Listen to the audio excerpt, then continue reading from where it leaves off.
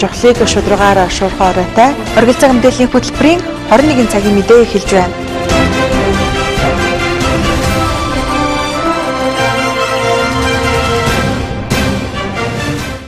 Орой мэнд үзэгчдээ жохлыг шударгаар шуурхай өргөн оройтой оргил цаг мэдээллийн хөтөлбөрийн 21 цагийн мэдээ эхэлж байна. Хүлээн авч үзнэ.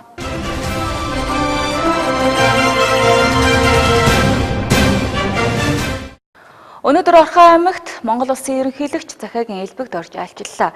Тэрээр орон нутагт ажиллах үеэрээ 8 жилийн хугацаанд төр барихтаа хийж хэрэгжүүлсэн бодлого үйл ажиллагааны хөтөлбөрийн биелэлтийг иргэдэд танилцууллаа. Монгол Улсын ерөнхийлөгчийн 2009-с 2017 оны бодлого үйл ажиллагааны хөтөлбөрийн биелэлтийг Орхон аймгийн иргэдэд танилцуулах уулзалтаар гадаад бодлогын чиглэлээр ерөнхийлөгчийн зөвлөх пүрэвсүрэн, хүний хөгжил нийгмийн бодлогын чиглэлээр ерөнхийлөгчийн зөвлөх болд хүний эрх хуулийн бодлогын чиглэлээр даштурж амьдрах орчин ногоон хөгжил хүний эрх хуулийн бодлого аюулгүй байдал батлан хамгаалах бодлого олон нийтийн харилцааны чиглэлийн бодлого зэрэгээр танилцуулга хийсэн юм а. Нөгөө дэлхийн одоо нийтлэг одоо хэлээр ингээд орчуулад ингээ хөргүүлжээя гэсэн ийм зарлиг гаргасан. За энэ юу болвол зарлагын энэ заалт бол өнөөдөр бол бүрэн хэрэгжиж явж байгаа. Бүрэн хэрэгжиж явж байгаа. Тэр байсгаа одоо засгийн газрын гишүүд хүртэл энэ Монгол бичгээрээ бас бичиг явуулдаг одоо ийм юу хүрээ нь бол ихсэж байгаа. Дээрээс нь одоо нөгөө шинээр төрж байгаа хүүхэд сургууль төгсөж байгаа нөгөө залуучуудаа бас төрөөс өгч байгаа төрсний гэрчлэгээ, боловсролын гэрчлэгээ гэдэг одоо албан ёсны баримтгчдүүд дээр Монгол үндэстнийхээ бичгээр кирилл бичгтээ зэрэгцүүлээд бичье. Ингээд явъя гэд. За энэ юу маань заалт бас одоо бүрэн хэрэгжээд явж байгааг та бүгд мэдж байгаа. Та бүгдийн одоо төрүүлсэн, өсгсөн өрөөгдүүд одоо ийм сайхан төрсний гэрчлэгээтэй болоод явж байгааг одоо. За энэ бич албан нөгөө Монгол бичгээ бас хүмүүс одоо аль болохоор хөрвөх нэмэгдүүлэх одоо бид чи ийм бичгтэй юм байна. Гэсэн юу нэмэгдүүлэх зайлшгүй Монгол Улсын ерөнхийлөгчний өөрийн одоо нөгөө вебсайт гэж яддаг шүү дээ. Захин хуудасаа одоо Монгол үндэснийхээ бичгээр одоо бичдэг болсон хоёулаа. Багийн спортыг яах гэж дэмжиж байгаа вэ? Хоёрхан зорилготой. Нэг нь бол мэдээж баг хамт олоноор ажиллах чадвар. Юу гэх юм те? Хувийн одоо чадвартай тулгуурт гэсэн одоо багаараа тоглолдог. Энэ чадварыг бага наснаас нь одоо хүүхдүүдэд суулгах. За цаашдаа спортын төлөвлөлтөд мэргэжлийн спортоор амжилт гаргах. Ийм зорилготой. Даам зорилго нь бол одоо та бүхэн ч гэсэн спортоор хичээдэг, багийн спортоор хичээдэг хүмүүс байж байна. Багаараа тоглож сурна гэдэг чинь ажил дээр ч багаараа тоглож сурдаг. Одоо биднээс ингээ хамтдаа үйлдвэрлэлийн баг байдаг. Нэг нь амжилт, нөгөөх нь цогтөг байхад ажил дээр нэг нь удирдах, нөгөөх нь өөрийг биелүүлдэг. Ийм дадлж уушиж сурч байгаа байхгүй. Тэгэхээр бүхнийг бие хийн гэдэг биш. Бид зүгээр амжилтанд хүрч болох юм байна гэдэг цаад хүн чанар нь бол энэ зарилгын хотойгож энд оршиж байгаа. Монгол Улсын ерөнхийлөгчийн төрийн эрх барих хугацааны бодлого шийдвэр зарим зарилгуудыг ерөнхийлөгчийн зөвлөхүүд иргэдэд танилцуулсны дараа Монгол Улсын ерөнхийлөгч хуран цугласан ард иргэдэд хандан үг хэлсэн юм а. За энэ процесс таавны энэ өдрийн хүмүүс болон айлтгаж хамгийн сайн сайхныг хүсэж байна.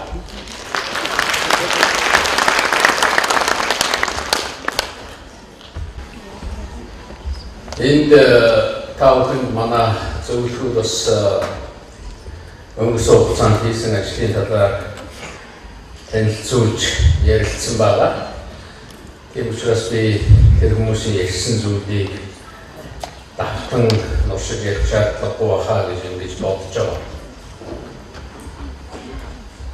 Өмнө нь сонгогдоход хийхээр төлөвлөжсэн ажлууд одоо хийж үцээсэн ажлынхаа талаар бас иргэдтэйгээ ярилцах явдал чухал байгаа. Манай хэвлэл мэдээллийн байгууллагуудын зүгээс, иргэдийн зүгээс бас хүсэл гаргаж ирсэн ерөнхийлөгч энэ дээр одоо өдөр жишээ үзүүлээд ингээд өөрийнхөө үйл ажиллагааныхаа биелэлт ажлынхаа талаар бас ингээд ард иргэдтэй танилцуулж өгнө үү гэж. Тэгээд энэ чиглэлээр нийлэх ажилласаар өмнө улсын хурд дээр хийсэн ажлынхаа тайлбарыг хүргүүлдэг байсан. Одоо ингээд хөдөө орон нутгийн хувьд бол 3 газар иргэдтэй ингэж уулзаж танилцуулга хийхээс төлөвлөсөн байгаа. Сая эрдэнэтэд ирэхээс өмнө Дорнот аймагт ажилласан. Тэгээд Дорнот аймагт ажиллахад бас манай зүүн бус нутгийн, говийн бус нутгийн хэвлэл мэдээллийн байгууллагын тэнд бас хүрэлцэн ирж тэнд ярьсан зүйлүүдийг нутаг нутгийнхаа ард иргэдэд хүргэж ойлгуулсан байгаа гэдгийг хэлье. За одоо энд мөн манай төвийн бүсийн аймагуудын хэвлэл мэдээллийг өгч хүмүүс ирсэн байгаа. Маргааш бид нар уулзаж хэвлэлийнхаа тодорхой ярилцах юм аа гэдгийг бас хэлэх зүйл бахаа гэж бодож байна. Энэхүү хөдөө орон нутгийн ард иргэдтэй Монгол Улсын ерөнхийлөгч уулзалт хийж бүрэн эрхийн хугацаанд хийж хэрэгжүүлсэн ажлынхаа тайланг тавьсан юм. За харин маргааш орон нутгийн хэвлэл мэдээллийн салбарын сэтгүүлчидтэй уулзалт хийж ерөнхийлөгчийн Орхон аймагт ажилласан томилолт дуусгаруулах юм аа. Орсон их том хөрөнгө оруулалт гэж ингэж боддог. Анхдагчлаа хүндэтгэх энэ чиглэлд одоо тэр хүмүүсээ урамшуулах. Энэ онд нийгмийн даатгалын сангийн орлого 15.3 тэрбум төгрөгийн орлогыг хоримтлуулжээ. Ингэснээр 2016 онтой харьцуулахад 4.4% өссөн үзүүлэлт гарч байгаа юм. За гэвч нийгмийн даатгалын зардал нь 18.7 тэрбум буюу шимтгэлийн орлогоос давсан үзүүлэлттэй гарч байгаамаа. За үзэгч та бүхэнд аймгийн засаг даргын шуурхай зөвлөгөөнөөс бэлтгэсэн мэдээллийг хүргэж байна. Засаг даргын шуурхай уралдаанаар нийгмийн даатгалын хилцэс мэдээлэл хэлээ. Нийгмийн даатгалын 5 сангаас тэтгэвэр тэтгэмж төлбөр эмнэлгийн тусламжийн зардлын санхүүжилтэнд 18.7 тэрбум төгрөг зарцуулсан нь өмнөх онтой харьцуулахад 2.2%-аар өссөн үзүүлэлт юм а. Жилээс жилд нийгмийн даатгалын сангаас гарч байгаа зардал нэмэгдэж байгааг эрүүл мэнд нийгмийн даатгалын хилцээний дарга анар мэдгдсэн юм. Мөн сүүлийн 3 сар нийгмийн даатгалын үйлчилгээний цахим машин зогссон байсан. За тэгвэл тус цахим машинаас авч байсан 4 төрлийн лавлгаа тодорхойлтыг иргэд даатгуулагч, аж ахуй нэгж, ажил олгогч нар төрийн үйлчилгээний төц машинаас авах боломж өртсөн талаар мэдээлэл хэлээ. Орхон аймгийн гэлтгүй яг улсын хэмжээнд эрүүл мэнд нийгэм даатгалын вебсайт байдаг. Энэ даатгал цэг юм гэдэг. Энэ вебсайтаар ороод хувь хүнс өөрсдийнхөө шимтгэл төлөлтийг бол бүрэн харах бололцоотой. Энэ үйлчлэгээ маань нэвтрээд бол нэлээд удаж байгаа. Тэгээ энэтэй холбогдлоо мэдээллүүдийг тухайн манай салбарын вебсайт руу ороод бол нүүр хуудас дээр нь тодорхой байж байгаа. Тэгэхээр хувь хүн ч гэсэн өөрөө тухайн нийгэм даатгалын шимтгэл төлөлтөн дээр хяналт тавиад ажил олгох шийдвэртэйгээ байнгын холбоотойгоор явхад бол бүрэн бололцоотой байгаа шүү гэдгийг бас хэлье. 5 сарын 1-ний байдлаар эрүүл мэндийн даатгалын сангаар давхарцсан тоогоор бол 3.4 мянган даатгуулагч тусламж үйлчлэгээний зардлын 1.5 тэрбум төгрөг зарцуулсан гэсэн ийм тооцоо гарсан байна. Энэ нь өмнөх оноос бас л 17%-аар өссөн байна. Эрүүл мэндийн тусламж үйлчлэгээ авах даатгуулагчдын тоо бол эрс өсөж байгаа. Мөн Орхон аймагт батлагдаж ирсэн эрүүл мэнд нийгэм даатгалын эрүүл мэндийн даатгалын төсөв маань тодорхой нэлээд хэмжээгээр өссөн байгаа нь та бүхэнд энэ эрүүл мэндийн тусламж үйлчлэгээг эрүүл мэндийн даатгалаараа хөнгөлж авах бололцоо бол бүрэн өссөн байгаа шүү.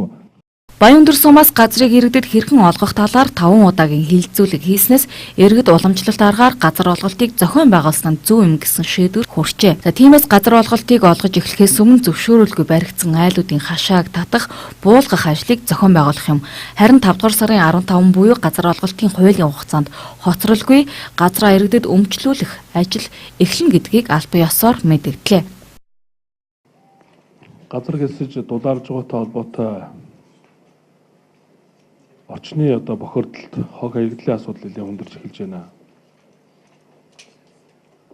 Тухайлах юм бол энэ барилгажилт хийгдэхээр төлөвлөгдсөн газрууд гэж замаа алдсан газрууд байна. Хашаа барьсан, хашаа нь салбараад унтсан, нил хог шороонд дарагдсан эргэн тойронд нь 7 дугаар хороол байна. Энэ хойдлын 7 дугаар хороодлын хойдлын хэсэг байна. Хашаанууд нь ураад унчихсан. Энэ баялагын хойдлын хэсэг байна. 2 дугаар микро, 2-ын А орол, 1-ийн А орол гэл. Энийг эзэнтэй юм бол зэгцэл дуусгана. Хотын зөрөгчийн алба, газрын харилцаа хот байгуулалтын газар хоёр хамтраад Энэ хойдлын барилгыг би мэдхийн хичнээн жил болж байна хашаа хатгацсан. Тэгээ яг явгооны зам дээр ингээд тулгаалж байгаа байсан. Бүр явгооны замыг оруулаад. Гэрээгээр хүлээсэн үүргүүдээ гүйцэтгэж чадахгүй байгаа тэрийг нь цуслах хэрэгтэй шүү дээ. Яг ударга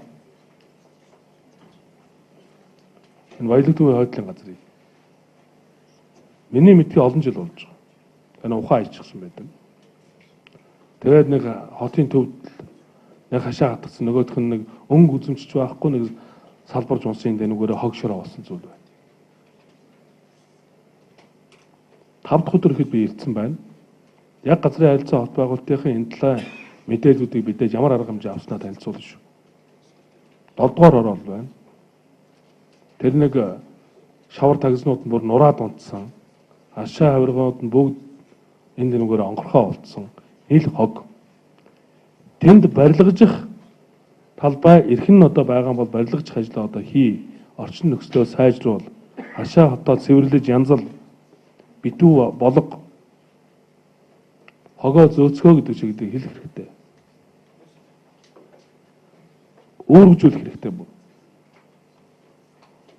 Байгаль орчин ажилтнуудын газар хэрвээ тийм зүйл гардаг юм бол ямар хуулийн санкц байдгийг торголдоод иднэ. Хашаа барьсан нэртэй тэгээд орчин нөхцөлний бүр айхтар бодоо одоо хог шороотой улгаа ичсэн тийм үү? Сөргөр өдөрж байгаа зүйл байна шүү дээ чи иргэдэд. Дорож би хараад иш яандаа гэж бодож байгаа ч гэдэг байхгүй юу? Тэгэхээр тэр орчинд амьдарч байгаа хүн болгонд бас л тийм бухимдлыг төрүүлж байгаа шүү дээ. 3 газар одоо газар дээр нь шалгаж энэ барилгажилт хийж байгаа талбайнуудыг шалгаж тэр хашаа ороогийн цэвэрлүүд орчны цэвэрлүүд тогтчуулах асуудлуудыг анхаар. Мөн шуурхай хуралдаанаар аймгийн засаг дарга батлууд ил задгаа худалдааг цэгцлэх, эмх цэгцийг бий болгох, хуулиа хэрэгжүүлэх болон хотын гүйцэмжинд сөргөөр нөлөөлж дутуу баригдсан барилгын ажлуудыг гүйцэтгүүлэх, эко хорооллын гэрээний дүгнэлт цаашид хэрхэн явагдах талаар үүрэг даалгаврыг барилга захиалагчийн алба, газрын харилцааны алба, хөрөнгө оруулалт хөгжлийн бодлого төлөвлөлтийн хилтэст үүрэг болголоо. Аймгийн иргэдийн төлөөлөгчдийн хорлоос 5 дугаар сарыг төсвийн бодлого иргэдийн төлөөлөгчдийн хурлын хяналт аян өрнүүлэхээ мэдээлж нээлттэй хэлээ. За энэхүү аянд аймгийн хэмжээнд үйл ажиллагаа явуулдаг банк, санхүүгийн байгууллагуудын хамт олон оролцлоо. Аймгийн иргэдийн төлөөлөгчдийн хурлаас 2017 оны 1-р сарыг үйлчилгээний соёлыг дээшлүүлэх сарын аян болгон хэрэгжүүлсэн. 2-р сарыг Монгол ёс заншлаас суралцах сар, мөн 4-р сарыг ногоон хөгжил доктортой хөгжлийн үндэс аян болгон хэрэгжүүлсэн бол энэ 5-р сарыг төсвийн бодлого иргэдийн төлөөлөгчдийн хурлын хяналт сарын аян болгон аймгийн хэмжээнд үйл ажиллагаа явуулдаг банк, санхүүгийн байгууллагуудын хамт олонны дунд хэрэгжүүлэхээр болсон юм а. Уг аяны хүрээнд сургалт семинар зохион байгуулах, өр өгөөчтэй ажиллах, шилэн дансны хуулиар банк санхүүгийн байгууллагуудын санхүүгийн ил тод байдлыг хангахад үр дүнгээ үзүүлэх ажлуудыг зохион байгуулахаар зорж байна. Өнөөдөр 5 дугаар сарын 1-нд 5 дахь сарын ажил эхэлж байна. Аймгийн энэ сарын ажил бол төсвийн хяналт төсвийн бодлого иргэдийн төлөөлөгчийн хяналт гэсэн нэртэй байгаа. За энэний цаад агуулга нь бол одоо төсвийн байгууллагууд энэ төсвөө яаж зарцуулж гинэ үү? Хэтрэл тэмэлт нь ямар байна вэ? Төсвийн шилэн дансны бол төсвийн байгууллагууд яаж хэрэгжиж гинэ үү? Ер нь төсөв маань өөрөө байгууллагын одоо судалж хэрэгжиж шүү дээ. Тийм учраас энэ нягтлан бодох бүртгэлийн үед ажилтнууд ажиллаа хэрхэн хариуцлагатай яаж хийж гинэ үү тийм ээ? Энэ дээр хяналт тавихаас гол нь манай хорооны аймгийн хурлын хувьд бол хиний ээлжинд бол нэлийн танилцах шаардлага байгаа. Ерөнхийдөө бол эрх баригчид өөрчлөгдсөн байгаа. Бас дээр нь бол шинэ хүмүүс орж ирсэн, байгууллагууд шинэ дарганаар удирдах байгаа тийм ээ. Тийм учраас байгууллагын шинэ удирдлагууд маань төсөв санхүүгийн үйл ажиллагаанд айлгаараа харж байгаа тийм ээ. Төсөв санхүүгийн бодлогоо яаж өөрчилж шинжилж байгаа гэдэг дээр бас нэлээд анхаарал татж байгаа. Сүүлийн үед шинэ гарсан шинэлэг хууль, тэр дүрм юу вэ? Тэр бүгдийг бас талаар мэдээллүүдийг сургалт зохион байгуулъя. Хамтран ажиллая гэж энэ удаагийн аяныг зохион байгуулж байгаа. 11 сард бас манай төсвийн хөгжлийн дараагийн аян байгаа. Энэ удаа бид нар хамтран ажиллана, сургалтлуу чиглэсэн үйл ажиллагаануудаа явуулна. 11 сард бол тодорхой хэмжээний багцаа бас одоо оны ихнээс хийсэн ажлууд нь бас хяналт шалгалтуудаа оруулаад явна гэсэн төлөвлөгөөтэй явж байгаа. Төсвийн бодлого иргэдийн төлөөлөгчдийн хурлын хяналт аян нь 5 дугаар сарын 1-ээс 5 дугаар сарын 30-ны хооронд зохион байгуулагдахаар тусгагджээ. Аймгийн иргэдийн төлөөлөгчдийн хурлын ажлын алба төсөв санхүүгийн хөгжлийн хороо хамтран зохион байгуулж, тус аяны шилжин явах тугийг санхүүгийн байгууллагуудын удирдлагуудад гартуулан өгсөн юм а. Орхон аймгийн үйлдвэрчний эвлэлийн холбооноос эв нэгдэл хамтын хүч 50 жагсаал цуглааныг зохион байгууллаа. Эвлэлтэнд нэгдэж ирэх ашгаа хамгаалцгай уран дор 300 гаруй иргэн үлдэл бодлоо илэрхийлэхээр жагссан байна. Монголын үйлдвэрчний эвлэлийн холбоо Монгол улсын засгийн газар ажил олгогчдын нэгдсэн холбоотой 2017-оос 2018 онд хэрэгжүүлэх улсын 3 талт гэрээ хилцээрийг энэ нэг сард баталсан билээ. Үүний хүрээнд иргэний санал бодлыг сонсолгүйгээр шийдвэр гаргасан нийгэмд сөргөөр хүчтэй нөлөөлж байгааг удирдлагуудад хүргэхээр Орхон аймгийн үйлдвэрчний эвлэлийн холбооноос эв нэгдэл хамтын хүч 50 цуглааныг зохиоллоо. Уг цуглаанд 300 гаруй иргэн өөрийн үзэл бодлоо илэрхийлэхээр жагсан юм. Мөн татвар тэтгэврийн насыг нэмэгдүүлэх асуудлыг эсэргүүцэж байгаагаа дуу нэгтээ илэрхийлж байлаа. Монгол улсын засгийн газар олон улсын валютын сантай хамтарч төсөл хөтөлбөр хэрэгжүүлэх мөн 2017 оны улсын төсвийг хилцэхдээ нийгмийн түвшүүдэд одоо зөвшөлтсгүйгээр дангаараа шийдвэр гаргаж сая улсын 4 сарын 14-нд улсын их хурлаар 17 оны төсөв одоо батлагдаж гарлаа. За энэ гарахтаа бол иргэд хөдөлмөрчид нэлээд одоо тийм дарамт учруулсан ийм одоо шийдвэр гарсан учраас Монголын үйлдвэрчний холбоонууд энэ хугацаанд бол зүгээр байгаагүй. Олон удаагийн засгийн газар, их хурлын гишүүд, намуудад одоо санал хүсэлт мэдэгдэл шаардлагыг хөргүүлсэн боловч энэ одоо зүйлийг одоо авч хилцсэнгүй. Тийм учраас энэ 3 талт хилцээрийн хэрэгжилтийг хангуулах үүднээс үндэсний хэмжээнд өнөөдөр олон улсын хөдөлмөрчдийн ив санааны нэгдлийн өдрөө энэ 50 жагсаалыг эвлэлд нэгдэж ирэх ашгаа хамгаалъя гэсэн энэ 50 жагсаалыг одоо зохион байгуулж байна. Аливаа одоо бүх төрлийн татварыг одоо нэмэх шинээр одоо батлахдаа нийгмийн түвшүүд одоо зөвшөлдсөн байна.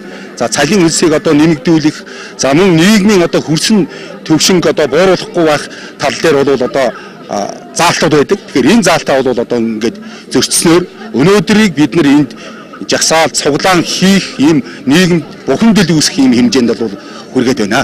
Одоо нийгэмд одоо хүмүүсийг бухимдуулж байгаа зүйлийн нэг бол бас тэтгэврийн насыг одоо 60 65 гэж одоо үе дистралтаар 36 он хүртэл одоо нэмэгдүүлнэ гэсэн одоо ард түмний ялангуяа биднээсийн насны хүмүүсийн одоо юг сэтгэлийг эмзэглүүлж байна. Мэдээж биднээс залуу насндаа ингэж баг цалинтай өөртөө тохирсон баг цалинтай ажиллаж чад өдий олон 30 гаруй жил одоо ажиллаж чад ингэж тэтгэврийн насыг өшөө ингэж нэмнэ гэдэг бол би одоо хувьдаа байдгаа бүх хүмүүс эсэргүүцэж байна. Яагаад гэвэл яг бусад хөгжилтэй орнууд бол нэмж болно. Манай орны нөхцөлд өөртөө тохирсон цалин аваагүй ээж нийгэмд ажиллах нөхцөл нь одоо тааруу нөхцөл биднээс ажиллаж байгаа шүү дээ. Ийм нөхцөлтэй байж хүмүүсийн эрүүл мэнд ямар байдаг вэ тийм ээ? Ихэнх хүмүүс нь одоо ямар нэгэн мэргэжлийн шалтгааллах өвчин ийм үед бол энэ тэтгэврийн насыг нэмнэ гэдгийг бол одоо яаж ямар зоригтой ийм шийдвэр гаргаж байна гэдгийг одоо биднээс бүр толгойд шитгэхгүй байна. Энэ л одоо биднээс маш их эсэргүүцэж байгаа. За энэ төрийн данхар одоо бүтцсэн байна. Тэгээд саяхан батлагдсан ахмадууд одоо насыг уцсан тухай хууль байна. Тэгээд янз бүрийн зөрчлийн тухай хууль байна. Ажилчид одоо цалингаар дандаа банкны барьцаанд одоо амьдарч байгаа. Тийм учраас эднийг эсрэг зэгцүү бодлого, төрийн бодлого зөв болохын төлөө жагсаад нэг загсаж байна да. Тийм улсын төсвийн бодлоготой олон улсын валютын санд хамрахын тулд яа түнээс одоо мөнгөний нэмэгдүүлж авах нь буруу гэж бодож байгаа. Тэрний орд одоо энэ сайдуудын одоо тэр нөгөө багцыг багасгаж төрийн данхар бүсцээ одоо тэр сайдуудаа багасгаж төрийн бүсцээ багасгаж ард түмний амьдрал дээшлүүлэх зүг байгаа гэж бодож байна. Татвар нэмэх нь маш буруу. Татвар нэмэхэд ихэд одоо дагаад хүнс барааны нэмэгдэн дээр нь одоо банкны зээлийн хүүн бас өндөр болно. Тэмцээс одоо нэг цалин авдаг цалин маань багасна. Тийм учраас энэ одоо авч байгаа цалин маань бас хүрэлцээ багтаал байгаа шүү дээ. Тийм учраас тэр нь бүр багасаад эхлэхийн зэрэг одоо бүр ард түмний амьдрал хөндрөх байхад гэж болж байна. За өнөөдөр бид тэ манай одоо аймгийн эрүүл мэндийн үйлдвэрчний орооны ажилчдын цугларсан байна. За одоо бид өнөөдөр энэ үйлдвэрчний эвлэлийнхээ одоо зохион байгуулж байгаа ажилд идэвхтэй оролцоод одоо энэ эрүүл нийгмийг байгуулахын төлөө одоо бас энд одоо санаа сэтгэлээ бас нэгдэж байна. Одоо миний хувьд бас татварыг нэмэгдүүлэх, одоо энэ тэтгэврийн насыг нэмэгдүүлж байгаа бол одоо бас одоо бидний одоо тэтгэврт гарах нас маань монголчуудын өнөөдөр насалт хэд үйлээ тийм ээ. Энэтэй холбогдуулаад энэ насыг бас урсгаж боломжгүй юм зүйл байгаа. Ийм учраас бас энийг бид эсэргүүцэж байна. Ийхүү эхний удаад 50 цуглааны 300-аас 400 хүний бүрэлдэхүүнтэй хийн энэ асуудал улам лавшурвал дараагийн арга хэмжээнд орох болно хэмээн тэргүүлэгчид иргэд боловсролын байгууллага үйлдвэрчний эвлэлийн холбоо болон цөөнгүй албан байгууллагын төлөөлөл албан хаагчид тус цуглаанд оролцсон юм а.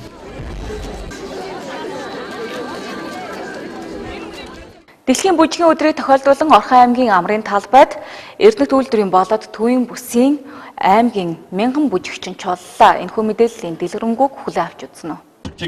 Хүн тэтгэлтэйгээр уран зарж байна. ЮНЕСКОгийн шийдвэрээр 1982 оноос эхлэн дэлхийн улс орнуудад бүжгийн өдрийг тэмдэглэж ирсэн түүхтэй. 4-р сарын 29 бол Францын нэрт балет мастер Жан Жорж Новери мэндэлсэн өдөр бөгөөд түүнийг дэлхийн орчин үеийн балетын эцэг хэмээн нэрлэдэг юм. Жан Жорж Новериг бүжгийн онолч бүжгийн урлагт хамгийн том өөрчлөлт хийсэн гавьяатан гэж дэлхийн урлаг судлаачид үздэг учраас энэхүү өдрийг тэмдэглэн иржээ. 1759 онд тэрээр тайзны зураач, найруулагч, хөгжмийн зохиолч болон бүжигчдийн хамтын хөтөлбөрийн талаар бүжгийн жүжиг болон бүжгийн урлагт бичсэн захидал хэмээх номоо нийтлүүлж байсан. За тэгвэл энэ өдрийг Орхон аймгийн хэмжээнд өргөн цар хүрээтэй тэмдэглэн өнгөрүүлж Эрдэнэтийн баал 2017 Цэнгэнд бүжгийн уламжлалт 23 дугаар наадмын оролцогч 600 бүжигчин, оюут цом 2017 бүжгийн спортын өсрийн аврах шалгаруулах тэмцээний оролцогч 150 бүжигчин, төвийн бүсийн өмнө говь, дунд говь, сэлэнг, төв, дархан уул, Орхон аймгийн театрын чуулгын 80 хүүхдийн яргуу наадмын шилдэг оролцогч 90 бүжигчин, нийт 1000 бүжигчид чуулж бүжгийн спортыг олон нийтэд сурчилсан юм а. За манайх дунд говь аймгийн төв халахын дуулж жүжигчдийн театраас 10 бүжигчин наадамд оролцохоор ирсэн байгаа. Тэгээд манай Эрдэнэт хотын маань залуучууд, хүүхдүүд маань бүжиг спортыг айгүй сайн хэрэглэдэг. Би ер нь айгүй сайн байна гэж би хувьдаа өвөнж үзлээ. За тэгээд нээлттэй үйл ажиллагаа маань сайхан болж өндөрлөж байна. Бүжин наадын их наадмыг зохион байгуулагч боловсрол соёл урлагийн газрын мэргэжилтэн найруулагч Отгонбаатар, Монголын бүжгийн спортын төвийн бүсийн оюун холбооны ерөнхийлөгч Ганчулан, Монголын урлагийн ажилтны холбооны бүжгийн нийгэмлэгийн тэргүүн, Монгол улсын филармоны дарга, Монгол улсын гавьяат зүтгэлтэн даваа сүрэн, Монголын бүжгийн спортын холбооны ерөнхийлөгч Мөнгөн хуйг нарын хүндтэй зочид нийт бүжигчдэд баярын мэндчилгээ дэвшүүлсэн юм а. Монгол улсын өнцөг булган бүрээс ирснийг 10-аад клубүүд өрсөлдөж байгаа. Орхон аймгийн клубүүд маш хүчтэй өрсөлдөөнийг үзүүлж байна. Тэгээд яг бүжгийн спортын хөгжил өөнд дэлхийн хэмжээнд бол стандартын болон латиныг хосын төрөлтөөр бол их өндөр хөгжөөгөөж гисэн. Яг формашн хамтгийн төрөлтөөр бол нэлээд өндөр хөгжиж идэг. Анх оролцсон цагаас ихдээ хагас финал шалгарч байсан бол нодон бол анх удаа бас манай Монголын хамтлаг одоо мөн хамтлаг дэлхийн аврал шалгалт тэмцээн дээр шилдэг 6-аад багтаад улмаар 5 дугаар байранд орсон. Медаль дотон ойрхон төгсөн нь бол харагдж байгаа. Өөрөөр бид нэр яг энэ стандарт латины формашн төрөлтөөр дэлхийн хэмжээнд нэлээд өсөлтөө өрсөж байгаа. Яаж ч монголчууд. За ер нь бол үнэхээр одоо өнөөдөр бол гайхамшигтай өдөр байна. Дэлхийн бүжигчдийн баярын өдөр. Манай одоо яг Орхон аймаг зохион байгуулагддаг уламжилт одоо бүжгийн баалын өмнө болж байгаа аймгийн онцлогтой. За олон аймаг орон нутгаас ирсэн энэ жил бас онцлогтой байна. Эрдэнэтийн бүжгийн наадамд 5 дугаар сарын 10-наас 15-ны хооронд Эрдэнэт хотод болж 800 бүжигчд оролцсон. За өнөөдөр бас оюут цом 2017 тэмцээнийг энэхүү том үйл ажиллагааны хүрээнд Монголын бүжгийн спортын холбоотой хамтран бэлдэж 400 бүжигчд өнөөдөр одоо өсвөрийн улсын аваргын тэмцээнд оролцож байна. Дэлхийн бүжгийн өдрийг тохиолдуулан бүжин наадын их наадмын үеэр 10 клуб өрсөлдөж оюут цомын төлөө өрсөлдлөө. Стандарт промоушны төрөлд Монгол улсын бүжигчид дэлхийн хэмжээнд өрсөлдөхүйц хэмжээнд хүрснийг мөн илтгэж байсан юм а. За баярын үеэр бүжгийн спортыг олон нийтэд сурчлахын зэрэгцээ бүжгийн спортын хөгжлийн талаар мэргэжилтнүүд санал солилцлоо. За давшрамд дуртахад Монгол улсын бүжгийн спорт хөгжөөд 18 дахь жилтэйгээ золгож байгаа юм а. GCI олон улсын залуучуудын байгууллагын Эрдэнэт салбар мөн GCI Централ төвийнхэн хамтран зүрхний эмгэгтэй хүүхдүүдэд үн төлбөргүй үзлэг онцлогоог хүмүүнлэгийн сайн улсын аяны хүрээнд зохион явууллаа. Төслийн хүрээнд Япон улсаас ирсэн дэвшигтэй технологи, тоног төхөөрөмжийн баг хамт олон ирсэн бөгөөд манай аймгийн хэмжээнд 83 зүрхний эмгэгтэй хүүхдүүдэд үзлэг онцлогоо хийлээ. GCI Централ олон улсын залуучуудын байгууллага Орхон аймгийн Эрдэнэт хотын GCI байгууллагынхан хамтран Япон улсын Heart Saving Project буюу хүүхдийн зүрх судасны эмч совилогч зөөрийн энх онцлогоо нарийн мэрэгжлийн эмч мэрэгчлэнүүдийн багаас бүрдсэн олон улсын хүмүүнлэгийн эрүүл мэндийн тусламжийн үйл ажиллагааг дэмжин ажиллагч ашигын бус байгууллагыг Монгол улсад урин 21 аймгийн зүрх судасны эмгэгтэй хүүхдүүдэд үзлэг онцлогоо хийх ажлыг зохион байгууллаа. Жишээ нь өнгөрсөн амралтын өдөр Орхон аймгийн 83 зүрхний хүнд болгон хүндэтгэр онцтой хүүхдүүдийг үн төлбөргүй үзэж шаардлагатай арга хэмжээ авах заавар зөвлөгөөг өгсөн юм а. Харин Япон улсаас хүмүүнлэгийн аянд нэгдэж зүрх судасны онцлогоо үзлэг хийж буй эмчийн харж байгаагаар Монгол улс далайн түвшнөөс дээш байрлах газар зүйн онцлог болоод агаарын даралтаас хамаарат энэ төрлийн эмгэг бий болж байна гэж үзэж байгаа юм а. だいたい50人近くで今あとまだ残っている人がいますのでもう少し増えるのかなと思っております。で Өнөөдрийн байдлаар яг одоогийн байдлаар 50 орчим хүүхэд бол үлдсэн байна. Бас гадаа нэлээд олон хүүхдүүд бол үлдсэн байна. Тэгэхээр энэ том бол баг зэрэг өсөх байх гэж бодож байна. Тэгээд өнөөдрөөс үзүүлж байгаа хүүхдүүдийн хувьд гадаадад очиж имчилгээ хийлгэсэн 3 дугаар эмнэлэг дээр имчилгээ хийлгэсэн хүүхдүүд бас байна. Бид нэр бас шинээр оншилсан хүүхдүүдээ боломжтой хүүхдүүдийн Улаанбаатар хотод дэмжлэн үнэхээр зарим нэг тохиолдолд болохоор маш хүндрэлтэй эрсдэлтэй эмгэгтэй хүүхдүүд бас байна. Ийм хүүхдүүдийг бас бид нар яг таралтаараа одоо хоорондоо ярилцсан үйлдэл болно. Бид нар болохоор энэ төслийн хүрээнд Монгол улсын 21 аймгаар тойрсон Орхон аймагт болохоор өмнө 2006 онд ирж байсан. Бид нар энэ одоо ингээ 2 дахь удаага ирж байгаамаа. Тэгээд ерөнхийдөө Монгол хүүхдүүдийн хувьд болохоор уушигны артер битүүрэг цорог гэсэн онцтой хүүхдүүд бус одоо Япон болон бусад улсын хүүхдүүдтэй харьцуулахад арай илүү их байна уу гэсэн бол тоо баримт бол байна. Энэ юунаас болдог вэ гэхлээр Монгол улс далайн түвшингээс их дээр тэгэхээр нөө агаарын даралт тийм зүйлүүдээс бас болдог байж магадгүй. Яг одоогийн мэдлэр шинжлэх ухаанд энийг одоо ийм зүйлээс болж болдог энэ гажиг үүнээс болдог гэснийг бол одоогоор тодорхойлсон зүйл байхгүй. その他はもうやはり先天的にお腹で作られるところで何が原因かよく分かってないのが現状です。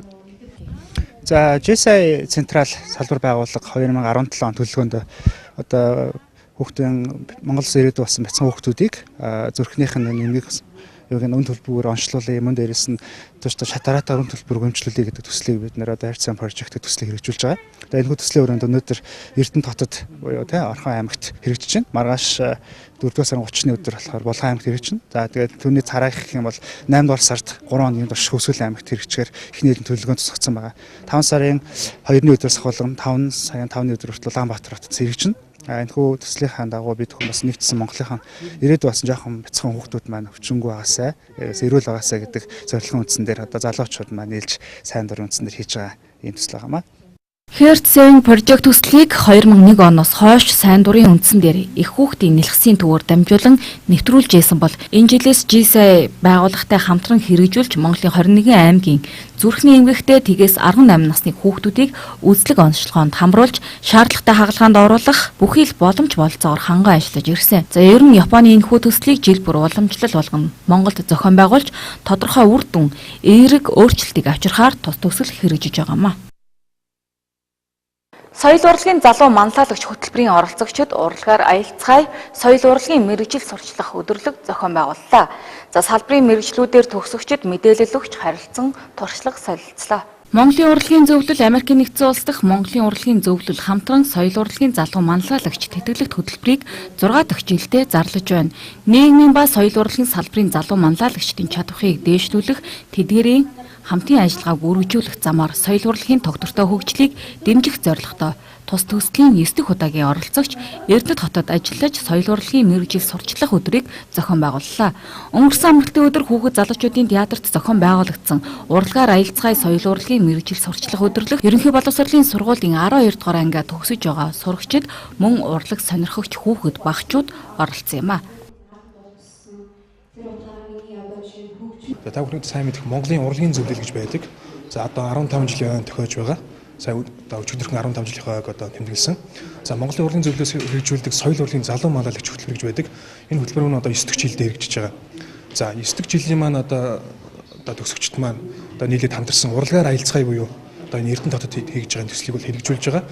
За энэ урлагаар аялцгаая төсөл маань болохоор юугаар онцлогтой вэ гэхээр энэ төслийн хүрээнд бид маань Эрдэнэ хотод нийтдээ нэг 2 цагийн үйл ажиллагааг 3 хөтөлбөртэйгээр одоо хэрэгжүүлж байгаа. Энэ нь бол дотроо болохоор урлагийн үндэс нь буюу лиг зээлцүүлэг. За мөн бас Эрдэнэ хотын хүүхд залуучуудын театрын жүжигчин Мишелийн монодрамын жүжиг.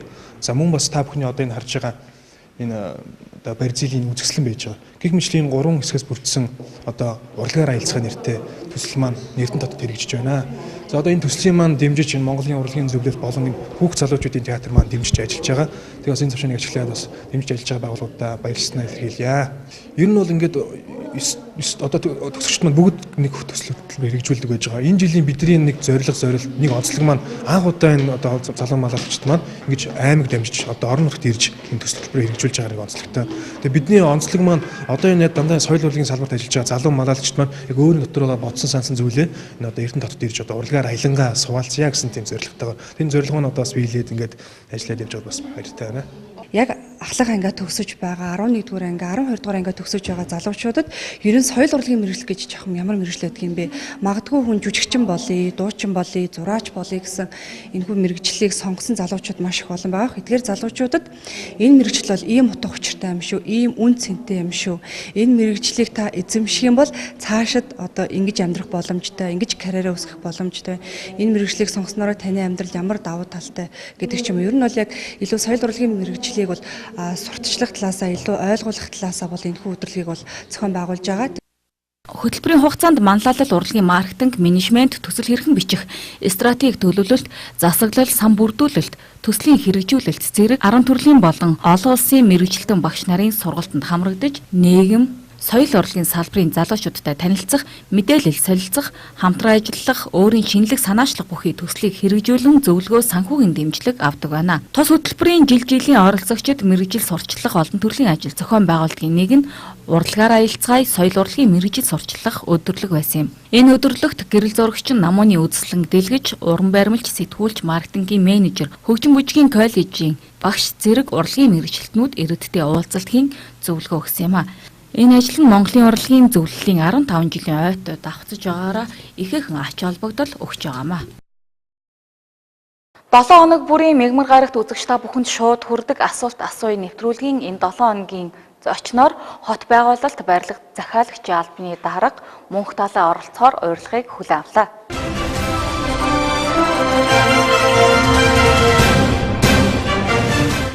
Аймгийн Эрдэнэтийн хот спорт клубын нэрэмжит олон хотын өсвөрийн авраг шалгаруулах болиолын тэмцээн боллоо. Энэхүү тэмцээнд 42 багийн 430 гаруй тамирчид өрсөлдлөө. Жилбэр уламжлал болгон зохион явуулдаг Эрдэнэтийн хот спорт клубын нэрэмжит өсвөрийн авраг шалгаруулах волейболын тэмцээн 4 дахь жилдээ зохиогдлоо.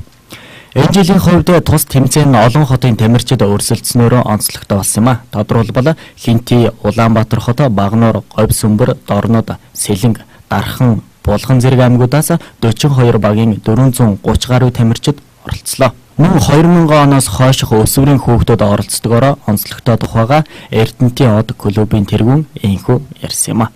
Энэ нэрэмж тэмцээний 4 дахь удаа зохион байгуулж байгаа. Энэ тэмцээнд маань одоо хотын тэмцээн гэдэг маань 2000 оноос хойш өсвөрийн хүүхдүүд оролцдогоор онцлог байгаа. Жил болгон хүүхдүүдийн тамирчдын ур чадвар өсдөг. Дээр нь бас оролцох аймагуудын тоо нэмэгдгээр хүүхдүүдээр нэмэгдэж оролцож байгаагаа сонсдог байна. Энэ жил ихэд ч 42 багийн 430 гаруй тамирчид ирж оролцож байна. Хамгийн одоос нь Хинти аймгаас Багнуур, Говьсүмбэр, Дорнод, Улаанбаатараас Дархан, Сэлэнг, Булган гэсэн аймагуд оролцож байна. Улаанбаатараас Хичин спорт орон 1-2 дугаарыг, оюуны ондроо 1-2 дугаарыг, Чингэлтэй 21-р сургууль гэдэг одоо яг энэ насанд өрсөлддөг, улсын аврагт өрсөлддөг чанартай тийм багууд ирж оролцож байгаа. Улсын авраг ямар зурмаар явагддаг дөрмөнд яг тэр дөрмөөр явагддаг. Улсын аврагын тэмцээн энэ насны тэмцээн улсын авраг ганцхан тэмцээн болдог. Хүүхдүүдийн ур чадварыг сайжруулах тулд тийм олон хотын тэмцээг зохион байгуулж байгаа. Энд маань асуудал ирж оролцдог одоо бусад багийнхаа тамирчдад, дасгалжуулагчдад бас хүрдсэн урьж орцсонд маш их баярлалаа гэж хэлмээр байна. Тус тэмцээний жилбэр уламжлал болгон зохиохоос гадна өсвөрийн хүүхдүүдийн цаг зав зөв боловсон өнгөрүүлэх, бие бэлтрийн хөгжлийг өв тэгш хөгжүүлэх, хамтын ажиллагаа болон багаар ажиллах чадварыг дэмжих зорилгоор зохиодог байна. Холын аймагуудаас оролцож байгаа баг тамирчдыг төлөөлүүлж Хэнти багнуур дүүргийн дасгалжуулагчдаас сэтгэлдлийг нь сонссон юм а. Ноо гэрэл манд хөтөг Хэнти аймгийн гишүүн дасгалжуулагч Хэнти аймгаас оролцож байна. Энэ тэмцээнд 2 багт ихтэй аймагт 2 багт оролцлоо. Эрдэнэтийн хот клубын мөрөмжт нээлттэй олоотын нийтэд анх удаа оролцож байна. Тэгээ баскетбол ашигын мөрөмжтэй тэмцээнээс маш сайхан болж байгаа. Олон баг цаараа улсын оролцохын байхгүй оролцоо 2 баг нь одоо эрэгтэй хүрдийн төлөө эмэгтэй алтын төлөө олгож байна. За намайг Давдорч Эрдэнэчлэн гэдэг. Би Баамун дүүргийн биеийн спорт хорооны дасгалжуулагч. За тэгээ энэ Эрдэнэтэд одоо ер нь улсад 34 жил ажиллаж байгаа. За энэ хооронд Эрдэнэтэд одоо маш олон тэмцээнд оролцож байсан. За тэгээ энэ спортын мастерын баскетбол одоо энэ сайхан тэмцээнд оролцож байгаа их баяртай. Ингээд миний шавнар уу одоо залуу дасгалжуулагч нартайгаа цуг хамт ирсэн. Нийт 6 багтаа ирсэн. Тэгээ 6 багаас октодын маань одоо энэ хөрг медалийн төлөө тоглож байна. Хөвгүүдийн баг алтан медалийн төлөө тоглож байгаа. Баян гол дүрмтэй. Тэмцээн маш хашаа бүрттэй тэмцээн гэж бодож байгаа. Одоо улсын чанартай тэмцээнтэй адилхан байна шүү дээ. Одоо анхуд цөөхөн багаар эхэлж ирсэн гэж маш сайхан өргөжж байгаа юм байна. Клубүүд одоо дэмждэг хүмүүс их олон байгаа юм байна. Одоо тэрнийд нь маш их бахарж байгаа. За тэгээ багийн тав маш олон болцсон байна шүү дээ. 20 хэдэн баг одоо дөрсний гэдэг чинь 5 заалан тавд одоо үр дүнгээ үзэж байна шүү дээ. Тийм учраас маш үр дүнтэй олон ийм тэмцээн одоо Монгол орны өнцөг улам бүр зохиогддог бол өсвөрийн тамирчид маш хурдан уур чадвар нь дээшлэх гэж ингэж бодож байгаа. Олон хотын волейболын тэмцээн 2017 оны 4-р сарын 29-30-ны өдрүүдэд зохиогдлоо. Хамтран зохион байгуулагчаар технологийн их сургууль, мэргэжил сургалт үйлдвэрлэлийн төв, 14-р сургууль, ирээдүйн одод сургууль, Хангард палас ажилласан юм а.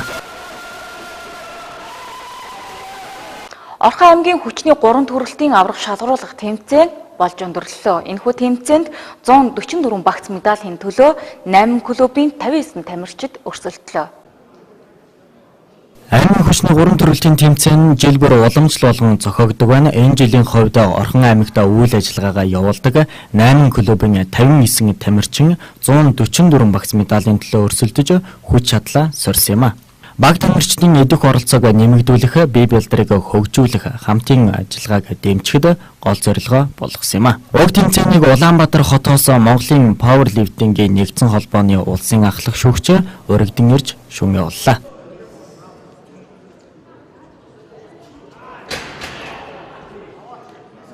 Манай Орхон аймгийн тамирчид дэлхийн олон том тэмцээнээс мундаг том амжилтууд гаргасан байдаг. За энэ жилийн Орхон аймгийн хүчний 3 төрөлтийн холбооноос зохион байгуулж байгаа пауэрлифтингийн пауэрлифтингийн улсын аврах шалгаруулах анх дугаар тэмцээний зохион байгуулж байна. Энэ маань одоо манай тэмцээн дотор 2 янзын ангилалтай байдаг байгаа. Нэгдүгээр товц сэргэлтэй, хамгаалалттай товц сэргэлтэй. Нөгөөх нь болохоор пауэрлифтинг буюу хувц сэргэлгүй гэсэн ийм хоёр ангиллал зохион байгуулагдав. Энэ жил пауэрлифтингийн тэмцээний анхлан зохион байгуулж байгаа болохоор олон улсын IPF-ийн дөрмөө зохион байгуулалт шалгуур тавьсан байгаа. Тэрний дагуу одоо Орхон аймгийнхаа нийт тамирчдынхаа хүсэлтийн дагуу би одоо хүрэлцэн сүүсэндээ сэтгэл өндөр байна. За баярлалаа. Тэгээд энэ тэмцээнд оролцсон бүх тамирчдаа энэ жил баярын залуучууд ангиллал 174 грамчнд суултын дөрөвдөр мөнгө медаль, батлын дөрөвдөр алтан медаль, жилбэр дөнгөр мөнгө медаль, тэгээд оопен дөрөвд суултын дөрөвдөр хүрэл медаль, батлын дөрөвдөр мөнгө медаль авлаа. Би өчний дөрөвдөр хичээлээд 2 жил харан болж байна. Тэгээд урд нь улсын аврал, алтын дөрөвдөр улсын аврал алтан мөнгө медаль, хүрэл медалүүд байгаа. Бүсийн авраас бас медалүүд байгаа. Тэгээд өдөртөө тусал тэмцээн нийт клубийнхаа хамт олон болон багшмлаа маш баярлалаа гэж хэлье. Тус тэмцээний үеэр Монгол улстай төдийгүй төв дэлхийн тэмцээнд тогтмол оролцож амжилт үзүүлсэн Осын клубын тамирчин Алтан сувд пауэрлифтингийн төрөлд олон улсын хэмжээний мастер, мөн Осын клубын тамирчин Насан Батад пауэрлифтингийн төрөлд Монгол улсын спортын дэд мастер цол хүртээсэн юм а. 2014 онд дэлхийн цөмийн аварга болж ирсэн. 2014 13 оноос хойш хичээж байгаа. Бодит пауэрлифтинг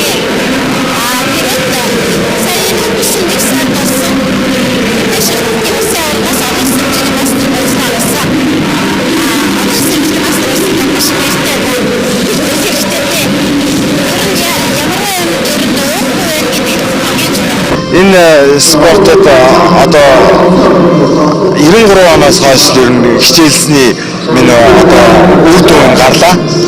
Тэгээд эхнэр маань олон улсын хэмжээний мастер, би өөрөө спортын дэд мастер болсондоо одоо маш их баяртай байна. Олон жил зүтгэсний минь одоо үр шим гарлаа. За би болохоор бодибилдингээр бас давхар хичээлдэг л дээ. Одоо дараагийн хагас өдөр бодибилдингийн улсын аваргад орох юм байна. Тэгээд энэ бодибилдинг, пауэрлифтинг хоёрын ялгаа нь бодибилдинг бол нүүрсээ одоо хичээгээд ялгаж байна. Пауэрлифтинг бол дэжлээ сайн. Эйхүү хүчний спортын 3 төрөлтийн тэмцээнд баг тамирчид ширүүн өрсөлдөөнийг үзүүлж хангард клуб багийн дүнгээр 1-р байр эзэлж шилжин явах цомын эзэн болсон бол бүх чингийн үнэмлэхүй аваргаар хангард клубын тамирчин Мегмар Пүрүү тодорсон юм а.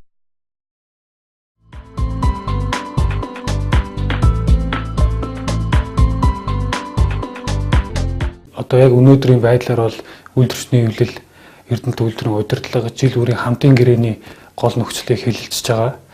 Хамтын гэрээний гол нөхцөл бол ажилчдын цалин хангамж урамшууллын асуудал байдаг. Энэ хүрээнд бол манай компаниас тавьсан 10%-аар нэмэгдүүлэх асуудлыг бол хэлэлцэж байгаа. Бидний одоо нөхдүүд бас энийг санаачилж хэрэгжүүлсний дүнд одоо энэ асуудал яригдж байгаа гэж ойлгож байгаа. Тэгээ энийг бол үйлдвэрийн удирдлага төрийн өмчийн хорооноос зөвшөөрөөд цаашдаа гэрээндээ тусгаад үе шаттайгаар 25% хүртэл нэмэгдүүлээсэ гэж бид нар шаардлага тавьсан. Энэ шаардлага бол тодорхой хэмжээнд хүлээж авч яах гэж бид нар ойлгож байгаа. Энэ зорилт бол яг Эрдэнэт үйлдвэрийн өнөөгийн эдийн засгийн нөхцөл байдал одоо бүтээгдэхүүн үйл ажиллагааны нөхцөл байдлыг харж үзвэл хэрэгж бол бүрэн боломжтой. Яагаад гэвэл өнгөрсөн хугацаанд тодорхой нэгэн одоо хэсэг бүлэг удирдлага их хэмжээний цалин урамшаа авдаг байсан. Энийг тэнцвэртэйгээр ажилтнуудад хуваарлах юм бол ажилтнуудын цалинг 10 байтугай хувиар нэмэх бүрэн бололцоо байгаа гэж үзэж байгаа. Энэ бол өнгөрсөн 7 хоногт тавьсан зүйл бол биш. Өнгөрсөн 2016 оны 10 сараас эхлээд бид нар Эрдэнэтийн ирээдүй 15 зорилт гэх хөтөлбөрийг одоо батлаад энийг Эрдэнэтээр хэрэгжүүлэх талаар тус дээр ярилцаад явж байсан. Харамсалтай нь одоо өнөөдрийг хүртэл батлагдаагүй албан ёсоор хэрэгжээгүй яваад байгаа. Туузын хурал бол одоо төрөөс 4 хүн томилогдсон, манахаас 3 хүн томилогдсон, олонхоор дийлэг олохоор санал гарна гэж дүрм заасан байдаг учраас төрийн талаас дэмжлэг авахгүйгээр энэ санал бол одоо хэрэгжих бүрэн боломжгүй. Энэ ч утгаараа бас төрийн талаас энэ асуудлуудыг хойшин тавьсаар ирсэн. Бид нар нийгмийн халамж руу, ажилчдын цалин руу чиглэсэн шийдвэрүүдийг гаргах санал одоо удаа дараа гаргасан боловч төвтэй шийдвэр хүрээгүй л дээ. Тэгээд төрийн өмчийн хорооноос 100% туужийг томилсны дараагийн одоо эхний хурлаараа хэлсэн асуудал бол одоо гүйцэтгэх хөтөлбөрийн цалин хангамжийг шийдвэрлээд түүний дараа бүтцийн өөрчлөлтийг шинээр баталж одоо их хэмжээний ажилтны албаа хастыг халах шийдвэр гаргасан. Энэ өөрөө бол одоо яг Эрдэнэт үйлдвэрийн нийт ажилтан болон Эрдэнэт үйлдвэрийн өнөөгийн нөхцөл байдал руу чиглэсэн бус тодорхой цөөн тооны хүмүүс рүү чиглэсэн тийм явцсан шийдвэр гэж бид нар бол үзсний үүднээс одоо өнгөрсөн 7 хоногийн нэгд өдөр шаардлага төрийн өмчийн хороонд хүргүүлсэн байна. Удирдлагын цалин бол өнгөрсөн одоо үед хэвлэл мэдээлэлээр гарсан 25 сая төгрөгөөр ерөнхий захирлын цалин тогтоосон, бусад дэд захирлууд валют $5 цалингаа авдаг гэсэн мэдээлэлүүд бол явж ирсэн. Энэ бол одоо үйлдвэр дээр бол байдаг одоо үзэгдэл байгаа. Бидний зүгээс энийг бол анх одоо ирээд материалтай танилцж үзэж байхад бол бас тэгш бус одоо ажилчид одоо харилцан адилгүй цалин тогтоосон тийм буруу жишээ байгаа учраас энийг бол нэн дээр халах саналаа бол тавьж байсан. Эдийн засгийн хувьд гэх юм бол үйлдвэр бол 6,000 ажилтнанд одоо тэнцвэртэй өндөр цалин одоо олгоод явах бол бүрэн бололцоотой. Үйлдвэрийн ажилчдын бараг 90% нь одоо сарын цалин бол одоо 2.5 сая 2 сая төгрөг хүрэхгүй хэмжээнд бол байгаа. Харин нөгөө талаас одоо ерөнхий захирлын цалин бол одоо бараг түүнээс 10 дахин их 25 сая төгрөг. Ерөнхий захирлыг дагсан урамшуул бол одоо түүнээс их байгааг та бүхэн бол одоо мэдж байгаа. Өнөөдөр бол үйлдвэрийн одоо үндсэн одоо үйл ажиллагаа бол инженер техникийн ажилтнуудын нуруунд дээр л явж байгаа шүү дээ. Тэр утгаараа бас инженер техникийн ажилтнуудад тэнцвэртэй одоо эхний ээлжинд 10 хүртэл хувиар нэмэхэд бол үйлдвэрийн үйл ашигт ажиллагаанд бол ямар ч байдлаар нөлөөлөхгүй. Улсад төлж байгаа татвар буурахгүй, үйлдвэрийн ашиг буурахгүй. Энэ бол зүгээр их хэмжээний цалин авч байгаа хүмүүсийн цалинг тодорхой одоо боломж төвшөнд бууруулад инженер техникийн ажилтнуудын цалин нэмэх асуудал яригдчихэж байгаа. Бидний мэдээлэлээр бол өнгөрсөн 2 жилийн хугацаанд бол ямар цалин нэмэгдсэн асуудал бол яригддаг юм байлээ. Яг хуу туузыг оруулж гэсэн хуралдаагүй шүү дээ. Орос Монголын туус хуралдааг 2-3 жил болсон тохиолдол байгаа. Энэ бол бүхэлдээ зөвхөн ерөнхий захирал гэдэг хүний одоо өөрөө үзмжээр шийдэгддэг байсан асуудал. Тэр цутгаараа өнгөрсөн хугацаанд мөн адил эдийн засгийн нөхцөл байдал бас таагүй зэсийн хүнээс унжсэн учраас үйлдвэрийн одоо ашигт ажиллагаанаас бол хамаарч байсан байхыг бол үүсэхгүй. Өнөөдрийн нөхцөл байдалд бол энэ бол харьцангуй сайжирсан. Бид бол үйлдвэрийн ажилтны цалин тэр хэмжээгээр нэмэгдүүлээд одоо олон жил нуруунд дээр үүрж байгаа хүмүүсийн оруулсан хувь нэмрээ үнэлэх нь бол зайлшгүй хэрэгцээтэй зүйл гэж үзэж байгаа.